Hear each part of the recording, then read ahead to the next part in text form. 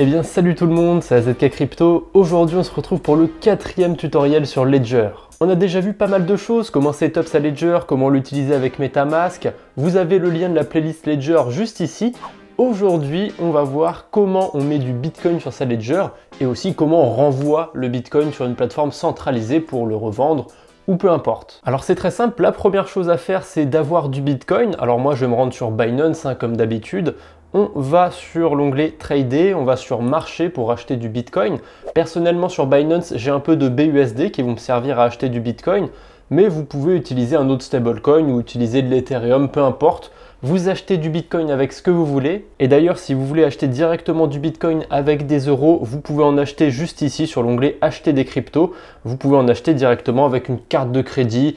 Ou alors depuis peu, ils ont remis le virement SEPA. Donc vous pouvez déposer des euros sur Binance, ensuite acheter du Bitcoin avec vos euros. Voilà, il y a plein de manières de faire pour acheter du Bitcoin. Je vous laisse trouver celle qui vous convient le plus. Je pars du principe que vous savez déjà acheter du Bitcoin sur Binance. Si ce n'est pas le cas, il y a des tutoriels sur YouTube. J'ai 100 BUSD sur Binance, je vais acheter des bitcoins en mode market, ça va prendre directement à la personne qui les vend les moins chers, comme ça j'ai pas besoin de m'embêter à mettre un ordre ou quoi que ce soit. Donc je clique sur acheter bitcoin et impossible de passer l'ordre. Voilà, il fallait juste recharger la page. Vous voyez aussi que j'ai pas dépensé exactement 100 BUSD. C'est normal, hein, quand on regarde les valeurs de Bitcoin qu'on peut acheter, ça va jusqu'à 5 chiffres après la virgule. Par conséquent, on ne peut pas acheter du Bitcoin au centime près. En tout cas, avec un ordre market, avec un ordre limite, c'est évidemment possible d'acheter telle quantité de Bitcoin pour telle quantité de dollars, puisque c'est vous qui décidez. Maintenant que j'ai mes Bitcoins, il va falloir que j'installe l'application Bitcoin sur ma clé Ledger. C'est très important parce que ça va me servir tout simplement à pouvoir transférer mes Bitcoins de Binance à ma clé Ledger.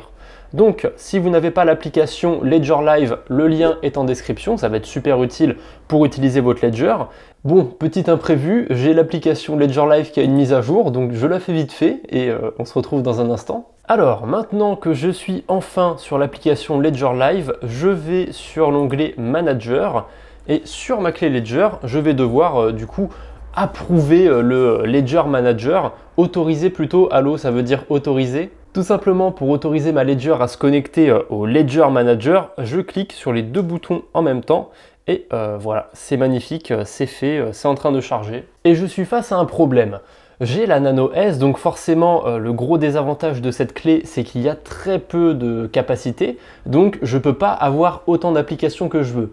Avec la Nano X, il n'y a pas de souci, je peux avoir Terra, je peux avoir Ethereum, je peux avoir Bitcoin, je peux même rajouter plein d'autres applications, il y a beaucoup plus de place. Là, je vais devoir faire un sacrifice et là, ça va pas être très compliqué, je vais retirer l'application Terra parce que j'ai plus de fonds en fait sur cette blockchain, donc j'ai plus spécialement besoin d'avoir encore cette application. Voilà, l'application Terra est désinstallée, je peux retourner dans le catalogue et installer l'application Bitcoin à la place. Et là, on va rentrer enfin dans le cœur du sujet. Voilà, l'application Bitcoin est installée, on reste sur Ledger Live, c'est important, et on va sur l'onglet Portfolio qui nous permet en fait de gérer un petit peu toutes les cryptos qu'on a sur notre Ledger. Alors, j'utilise pas le Ledger Live pour utiliser la blockchain Ethereum et toutes les blockchains EVM compatibles, donc je sais pas si on peut envoyer du BNB ou des cryptos de la Binance Smart Chain directement à partir de Ledger Live. Mais pour le Bitcoin, c'est vraiment super utile de passer par là. Donc, on va cliquer sur Add Account.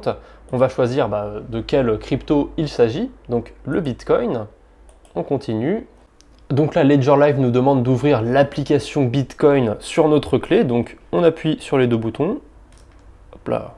Pour ceux qui s'y connaissent un petit peu plus sur le Bitcoin, vous pouvez ajouter n'importe quel type d'adresse Bitcoin parce qu'il y a plusieurs formats différents. Si vous n'avez pas envie de vous embêter, vous laissez la case qui est cochée de base. Mais voilà, si vous avez envie d'ajouter un autre type d'adresse, vous pouvez le faire.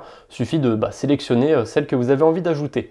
Donc moi, je vais laisser que la native SegWit et je vais cliquer sur Add Account. Voilà, c'est terminé. J'ai mon compte Bitcoin sur Ledger Live et je vais pouvoir du coup envoyer des bitcoins sur ma clé Ledger. Donc pour retrouver mon adresse Bitcoin, je vais sur l'onglet Account, donc compte en français.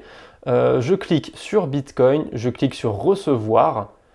Hop, Je choisis mon adresse, mais bon, j'en ai qu'une, donc ça va pas être très compliqué. Je continue. Sur votre écran, vous avez votre adresse Bitcoin qui est apparue. Et à ce moment-là, en fait, il faut vérifier sur votre Ledger si c'est la même adresse. L'adresse d'ailleurs, elle s'affiche sur la Ledger, je vais vous montrer ça. Et vous voyez que ça a l'air de coller. BC1, ça c'est le début classique pour une adresse Bitcoin. Mais ensuite, on a QNPRA.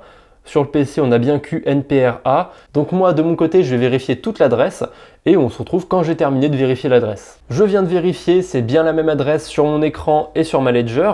Maintenant, ce que je vais faire, c'est que je vais copier mon adresse pour pouvoir envoyer mes bitcoins dessus. Et en même temps, sur ma Ledger, je vais approuver. Il me demande de vérifier et d'approuver sur ma clé Ledger que c'est bien la même adresse. Donc tout simplement, je vais sur Approve et je clique sur les deux boutons. Tac. Je retourne sur Binance, je cherche le Bitcoin sur mon portefeuille. Pour le coup, pas besoin de le chercher trop longtemps parce qu'il apparaît forcément tout en haut de la liste. Je clique sur Retrait et je vais pouvoir envoyer mes Bitcoins sur ma clé Ledger avec l'adresse que j'ai copiée. Là, on arrive à la phase qui peut un petit peu dégoûter certaines personnes. Ça coûte assez cher de mettre du Bitcoin sur sa clé Ledger. Alors, il y a plusieurs alternatives, mais si vous voulez vraiment rester sur le réseau Bitcoin principal, ça va vous coûter autour de 20 $ de frais. Alors, c'est 20 $ parce que le Bitcoin en ce moment, ça vaut à peu près 40 000 $. Donc, vous voyez que c'est cette quantité-là de Bitcoin et ça fait 22 $ de frais. Donc, si vous voulez mettre 50 $ sur votre clé Ledger, vaut mieux pas passer par le réseau Bitcoin parce que vous allez perdre la moitié dans les frais. Et ça fait beaucoup, surtout qu'après il faudra sûrement les renvoyer sur Binance et vous allez encore vous taper des frais. Donc vraiment c'est pas rentable d'utiliser le réseau Bitcoin si vous avez si peu de fonds. Du coup vous avez deux grosses techniques, c'est soit vous les laissez sur Binance ou sur n'importe quel autre échangeur centralisé. Et évidemment vous avez le risque que l'échangeur se fasse hacker et que vous perdiez vos cryptos. Mais bon, si vous avez moins de 50 $, c'est pas un si gros risque. Éventuellement, vous pouvez aussi décider de les mettre sur une autre blockchain. Ça peut être sur la Binance Chain, la Binance Smart Chain, voilà, peu importe. Attention, la Binance Chain et la Binance Smart Chain, c'est pas du tout la même blockchain. C'est pas du tout le même réseau. Une adresse sur la BSC, ça commence par 0x et une adresse sur la Binance Chain, ça commence par BNB. C'est pas du tout le même type d'adresse, c'est pas du tout le même réseau. Et si vous mettez du Bitcoin sur une de ces deux blockchains, il vous faudra aussi du BNB. Parce que là, quand vous aurez envoyé vos bitcoins, ils seront sur la BSC ou sur la Binance Chain. Et pour les renvoyer dans l'autre sens sur Binance, ça va vous coûter des frais en BNB parce que vous ne serez plus sur l'échangeur centralisé, vous serez vraiment sur la blockchain. Juste en dessous aussi, on a le réseau Ethereum, mais bon, ça ne sert à rien d'en parler parce que les frais pour l'instant, ils sont plus chers que le réseau Bitcoin. On va laisser Ethereum de côté. Une fois que vous êtes sûr, une fois que vous avez envie d'envoyer du Bitcoin sur le réseau Bitcoin, vous cliquez sur Retrait. Comme d'habitude, on fait la double vérification avec SMS, code sur une application, code par email, voilà. Donc moi je fais tout ça et on se retrouve dans un instant. Voilà, j'ai rentré tous mes codes pour pouvoir faire le retrait. L'étape la plus longue du coup de ce tutoriel, ça va être d'attendre parce qu'un retrait sur le réseau Bitcoin, ça peut prendre entre un quart d'heure et 1 heure. Ça dépend du nombre de confirmations qu'on veut. Alors d'après Binance, c'est une confirmation, donc d'ici 10-15 minutes, je devrais pouvoir recevoir mes bitcoins, on verra comment ça va se passer. En attendant, vous pouvez faire ce que vous voulez, vous avez qu'à cuisiner, faire de la peinture, aller jouer à un jeu, peu importe, vous avez qu'à aller dans le métavers si vous voulez. On se retrouve une fois que j'ai reçu les bitcoins sur Ledger. Il s'est écoulé à peu près 10 minutes, un quart d'heure, je ne peux pas encore renvoyer mes bitcoins sur Binance, tout simplement parce que je les vois sur mon compte Ledger, mais ils sont pas encore vraiment à moi. Si je vais dessus et que je regarde la transaction, donc elle est juste ici, je peux voir que j'ai bien reçu mes bitcoins, mais que la transaction n'a pas encore été confirmée. En fait, on a besoin sur le réseau Bitcoin que la transaction elle soit confirmée par d'autres mineurs sur le réseau pour éviter en fait que la transaction soit fausse, tout simplement. Donc, va falloir attendre un petit peu. Je pense que d'ici peut-être un quart d'heure, une demi-heure, je pourrai toucher à ces bitcoins. Donc, on va se retrouver d'ici un quart d'heure, une demi-heure et on va renvoyer les bitcoins sur Binance. J'ai attendu à peu près 5 minutes, c'était beaucoup plus rapide que ce que je pensais et la deuxième confirmation est arrivée sur le réseau Bitcoin. Donc maintenant je peux dépenser mes bitcoins, donc les renvoyer du coup sur Binance. Donc tout simplement, si vous êtes sur l'application Ledger Live, vous allez sur Accounts, vous cliquez sur le Bitcoin et vous cliquez sur la petite flèche juste ici pour envoyer vos bitcoins de votre Ledger à votre compte Binance. Donc là, il nous demande évidemment une adresse Bitcoin, on va aller la chercher sur Binance. Donc on retourne sur notre portefeuille spot, on cherche le fameux Bitcoin. Une fois qu'on l'a trouvé, on clique sur le petit onglet dépôt et ici, on va pouvoir choisir le réseau qu'on veut. On a plusieurs choix évidemment. Si vous avez vos bitcoins sur la BSC ou sur Ethereum, vous pouvez les renvoyer sur Binance, il n'y a pas de souci. Mais si vous les avez sur Ledger, sur l'application Bitcoin, là, il y a deux manières de faire. Soit vous envoyez directement avec le réseau Bitcoin original, on va dire, soit vous passez par le Segwit BTC. Alors je ne suis pas un gros expert de la blockchain Bitcoin, donc n'hésitez pas à me corriger si je dis des bêtises, mais en gros, Segwit c'est un petit peu à côté de la blockchain Bitcoin, ce qui permet d'avoir des frais moins chers en passant comme ça. Comme je viens de le dire, je ne suis pas du tout un expert du réseau Bitcoin, c'est pas du tout là-dessus que je suis spécialisé, mais voilà, en théorie, si je passe par le réseau Segwit BTC, ça devrait me revenir un peu moins cher. Donc je copie mon adresse qui commence par BC, alors que si je choisis le réseau Bitcoin normal, c'est une adresse qui commence par 1, vous voyez, c'est pas le même format. Évidemment, je peux choisir n'importe laquelle des deux, ça va marcher, mais voilà, tant qu'à faire, je vais choisir celle qui me coûterait le moins cher en frais. Donc on revient sur Ledger Live, on colle notre adresse, on clique sur continuer, et là c'est comme sur Ethereum, les frais fonctionnent avec une sorte d'enchère. Plus vous êtes prêt à payer cher vos frais et plus vous allez être prioritaire sur le réseau. D'ailleurs c'est plutôt l'inverse, c'est plutôt Ethereum qui a copié Bitcoin par rapport à ça, mais on s'en fout un petit peu de qui était là en premier. On va cliquer sur le petit bouton Send Max pour envoyer tous les bitcoins tant qu'à faire. Et je vais me mettre en fast, comme ça je suis sûr que ça arrivera relativement vite sur Binance. Si vous avez fait attention, quand j'ai changé de vitesse pour les frais, ça a changé automatiquement la quantité de bitcoin que ça allait envoyer, donc c'est relativement intelligent par rapport à ça. Donc je choisis fast, j'envoie, continue. Là, il me montre toutes les informations pour que je confirme si je suis sûr de bien faire cette transaction, et j'en suis sûr. D'ailleurs, ça me coûte quand même moins cher que sur Binance. Là, ça va me coûter 76 centimes de frais. Binance m'a bien douillé avec ses 22 $.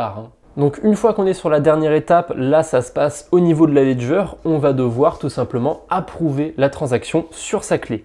Donc, attention, on va zoomer un petit peu, c'est incroyable. Donc ça nous demande de vérifier la sortie numéro 1, donc vas-y, on va vérifier. Ça, c'est quelle adresse? C'est à quelle adresse j'envoie, il me semble. Donc c'est bien ça. Et ensuite, j'ai plus qu'à confirmer la transaction, ou la rejeter d'ailleurs. Si j'ai plus envie de la faire, finalement, je peux la rejeter, mais je vais l'accepter. Tac, j'appuie sur les deux boutons. Attention, processing. Voilà, la transaction a bien été envoyée. Mes bitcoins ne sont plus sur ma Ledger. D'ailleurs, mes bitcoins, ils sont pas vraiment sur ma Ledger. C'est la petite chose qui est un petit peu obscure à comprendre, mais la Ledger, elle sert juste à se connecter à la blockchain. En réalité, si là, je deviens fou et que j'éclate ma Ledger, que je la casse, j'ai toujours mes bitcoins. Ils sont toujours sur le réseau. Comment je fais pour les récupérer? Tout simplement avec la phrase de 24 mots que vous devez noter quand vous avez setup votre Ledger. Donc, petit rappel, mais si jamais vous avez perdu cette phrase de 24 mots, virez toutes les cryptos que vous avez de votre Ledger vers Binance ou un autre portefeuille en attendant. Créez-vous un nouveau portefeuille sur votre Ledger avec une nouvelle phrase, notez-la. Comme ça, vous pouvez récupérer vos cryptos, peu importe ce qui vous arrive, que la clé soit détruite, que quelqu'un la vole, voilà. C'est vraiment très important, je préfère mettre un petit rappel de sécurité, ça mange pas de pain. Voilà, j'ai bien reçu mes bitcoins sur Binance, on peut voir que maintenant ils valent plus que 74 $. On peut remercier Binance qui m'a pris 22 balles de frais pour les retirer sur le réseau Bitcoin, ce qui est ridicule, c'est super cher. Donc je connais pas trop les frais sur les autres échangeurs. Au montage, je vais essayer de vous afficher ce que j'ai trouvé. Quel échangeur centralisé reviendrait le moins cher pour envoyer des bitcoins sur le réseau Bitcoin directement? Clairement, je pense pas que ce soit Binance, parce que 20 $ de frais, c'est abusé, c'est super cher. Mais voilà, là vous avez un petit tableau comparatif des plateformes centralisées, laquelle est la moins chère, est-ce que c'est votre préféré? En commentaire, vous pouvez aussi me suggérer d'autres blockchains sur lesquelles je pourrais faire un tutoriel avec la Ledger. Voilà, donc n'hésitez pas, je lirai tous les commentaires. C'est tout pour moi, on se retrouve bientôt j'espère. D'ici là, portez-vous bien. Allez, salut tout le monde!